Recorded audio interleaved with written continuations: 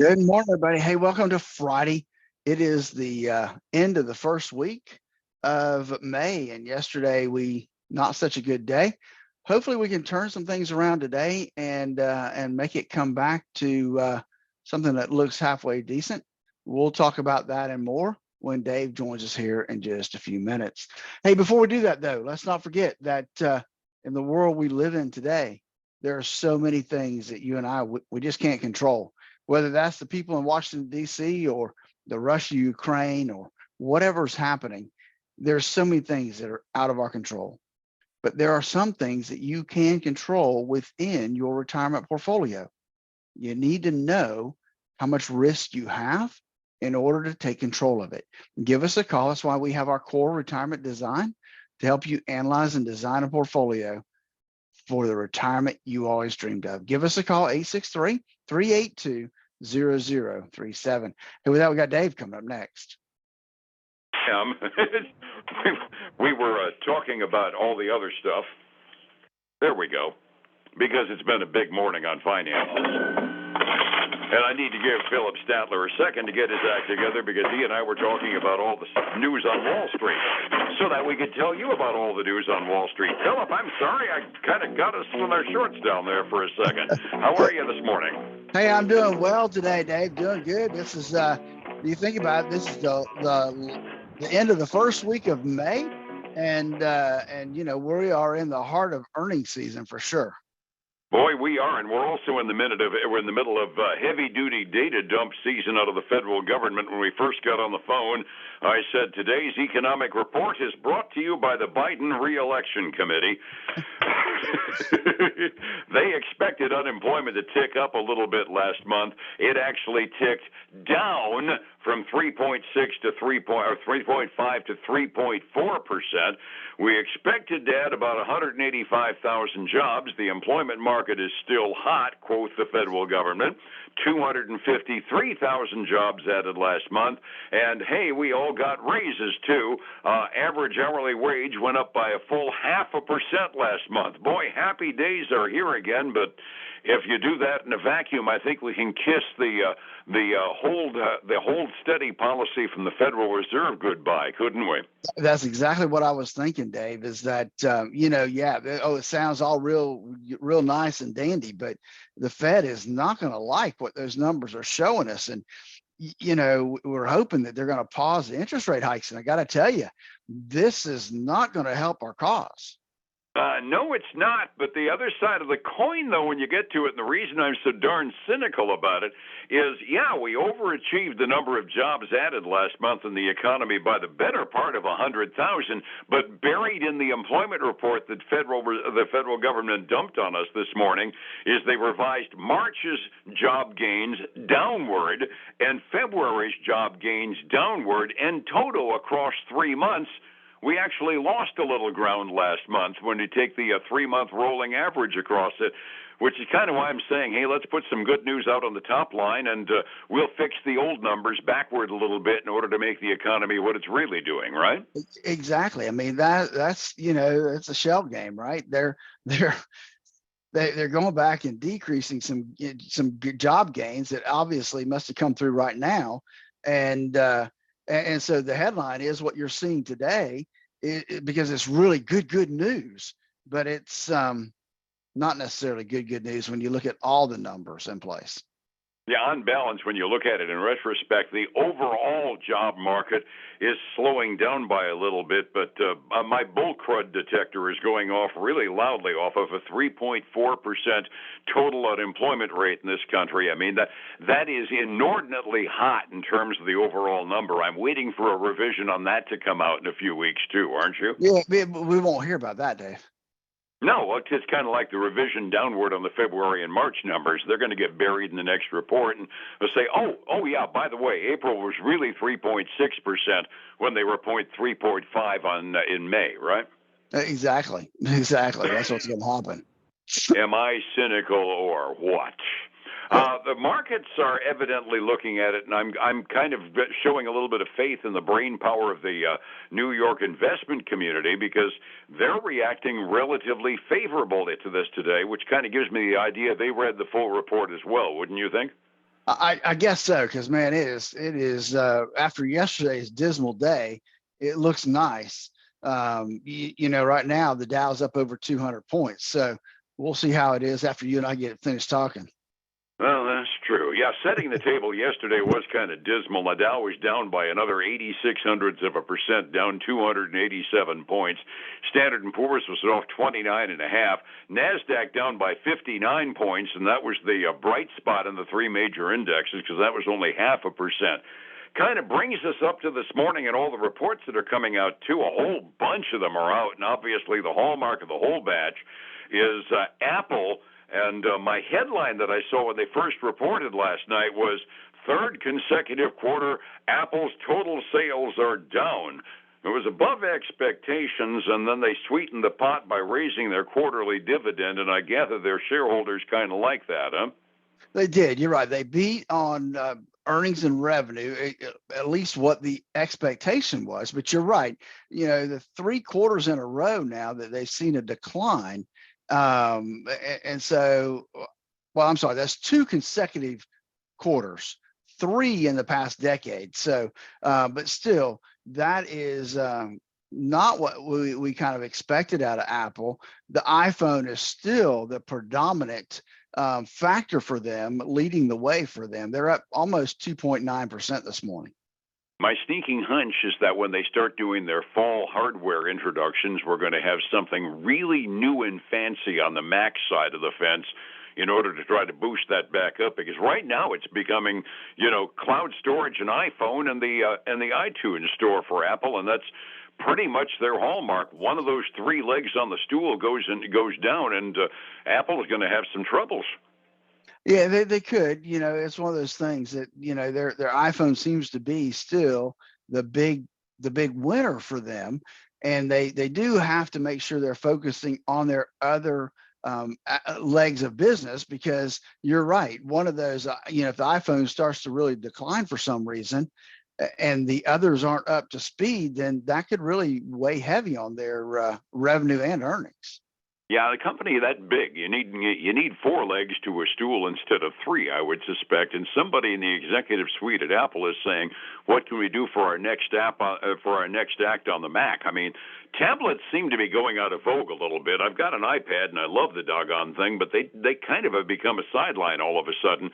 Seems to me that the Mac needs to be mainstreamed a little bit more in order to get back into a 4th leg on that stool. Wouldn't you suspect? I think so. I think it's probably lost a little luster, and they need to jazz it up a little bit more now. I expect so. There are some other companies out though with stuff. I didn't ask you ahead of time whether you had the quote, but the meme stocks are out. AMC reported. Did you happen to see what happened to them? I did. I saw that they actually did pretty good. They're not on my list. I just saw a couple of headlines and didn't get a chance to dig down into it yet. I knew that I knew it was a positive, and that was about all I saw, too. I was hoping you dug down and found some interesting information on them. Other reports out there? We do have some out there. Actually got quite a bit. We got DraftKings is probably a big winner today. In pre-market. They had significantly higher than expected revenue for this last quarter, and they increased their full year outlook for them. So they're trading up over 13% this morning. Cool. Yeah, big jump there. They got a location in half the NFL stadiums these days, if memory serves. So that's not a bad franchise to have, is it? No. Hey, we had Match.com the other day, a dating site. Well, today we got Bumble coming out, and same thing for them. Dating apps are back in vogue, I guess. They posted higher than expected sales. User demand for the app seems to be remaining really strong. They had a nice jump in their stock price, up 7.7% right now. Wow. Yep, I was making fun of dating sites with a friend at Rotary the other day, and he said, "Hey, I married my wife off a dating site, and I know 5 other people that did too." I'm starting to revise my opinions on those a little bit. Hey, we had Uber the other day, and we had Lyft reported today, and so they had weaker than expected forecast for the current quarter. And so that's really hurting them, even though they did have better than expected results for this last quarter. it's the case again of looking forward, and they're taking a big hit today, Dave. They're down 15.25% right now. Ooh, I'm kind of Yeah. starting to build a picture that those ride-sharing services are kind of like the Mattel and Hasbro toy industry, kind of a zero sum. One goes up, the other one generally loses. It seems to be that way lately, and they Yeah. do kind of have a little different business models as well, and so that could be part of the deal. We had two travel companies reported, Booking Holdings and Expedia, both reported. Now, Bookings is falling this morning a little bit, even though they had a quarterly profit that beat expectations along with sales, and they're seeing a nice strong travel demand, which has been good for them as well. But they fall a little short when it comes to expectations for them going forward, and so they're trading down 2%. Now let's remember this stock is very, very expensive. They're one of the companies that haven't done splits and that kind of stuff. It actually trading right now at $2,549, Dave. Yeah. That's a high price stock. So we have that one going down. We have Expedia going up. And exact opposite, right? They reported larger than expected loss for them. But they had the highest ever first quarter revenue they've ever seen. And they're seeing a 20% leap in their gross budget, their gross travel bookings. So they're actually trading up 6.75% this morning. Kind of interesting. I'm kind of surprised by the travel industry being herky-jerky in those two different directions after seeing Delta's advanced booking lead on all the guidance that the airlines have been giving. I've been kind of surprised by that. It is. The travel websites seem to be kind of, they're having their own little issues, it seems like, because, we had those two this morning. We had another one, Expedia, not Expedia, but oh, I can't remember the other one. We had one yesterday or day before that reported. Yeah, I can't remember which one, but it's been very much a checkered travel industry report so far this year, and it seems like the direct selling airlines are doing pretty well, and the agencies are having some bumps. It definitely seems that way, Dave. Anything? I got another one. So I got. Let's look at DoorDash. DoorDash. They had a smaller than expected loss for their services. Quarterly revenue beat expectations, so good news for them. And they raised their full year guidance. Demand is strong.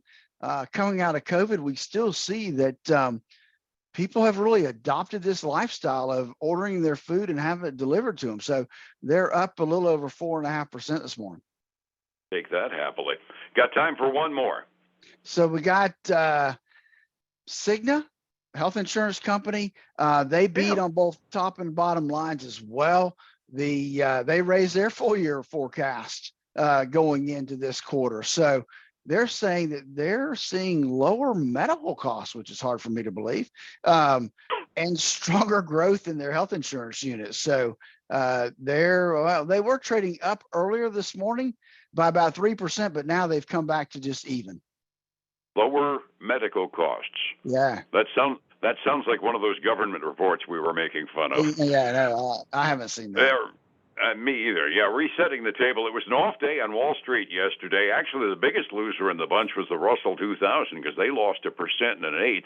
Everybody was down, though. 45 minutes before we opened. What are we looking at this morning? Dave, it's looking like we could have a turnaround today if we can keep this speed going. We've got the Dow up 0.7%. The S&P 500's up almost 0.9%, is at $34, and the NASDAQ 100 is up about 0.7. The big winner right now is, you said the big loser yesterday, but it's the big winner this morning. That's the Russell 2000, up 1.3%. So, yeah, some good news there. Hey, on the other side, we've got silver sliding 1.33%, down below 26 again to 25.85. Gold sliding as well, down 1.8% to $2,018. And then we got crude oil making a huge jump this morning, up 2.7% to $70.42 a barrel right now. Maybe I was smart to gas up yesterday, huh? Yeah. Exactly. Overseas markets, for some reason, Japan was closed yesterday. I don't think they celebrate Cinco de Mayo over there, but the Japanese markets were closed. Rest of the Asian Rim markets were a mixed bag. India was off by a full percent. China and Hong Kong both up fractionally. Europe is looking at our futures and saying, oh, okay, most of their markets are up fractionally halfway through their day. Getting retirement ready and figuring out what's going to affect it next are two completely different things. Hedging your bets is always the best bet because heaven only knows what the markets are going to do to you. How do I find you to hedge my bets on retirement, Phillip? You're exactly right, Dave. You know, there's so many things that we just can't control out there, but we can control the risk in your portfolio, but you need to know what it is and how to take it under control. Give us a call, 863-382-0037. And then join us this weekend for the Statler Financial Radio Show, 6 a.m. and noon on Saturday, 10 a.m. Sunday morning on Highlands News Talk 7. I'll get it here in a second, Dave. News Talk 730 and 95.3 FM. So got to put you back in training there. Yeah. Thank you so much. Yeah, see you tomorrow. See you on Monday, my friend. I appreciate it. Have a great weekend. Thanks. It's 105.7 Light FM and Statler Financial Services. Phillip Statler. You can't. Hey, folks, again, I want to thank you for joining us today. I hope that your week went well. Have a great weekend. Join us again Monday, same time, same place. Until then, have a great one. Bye now.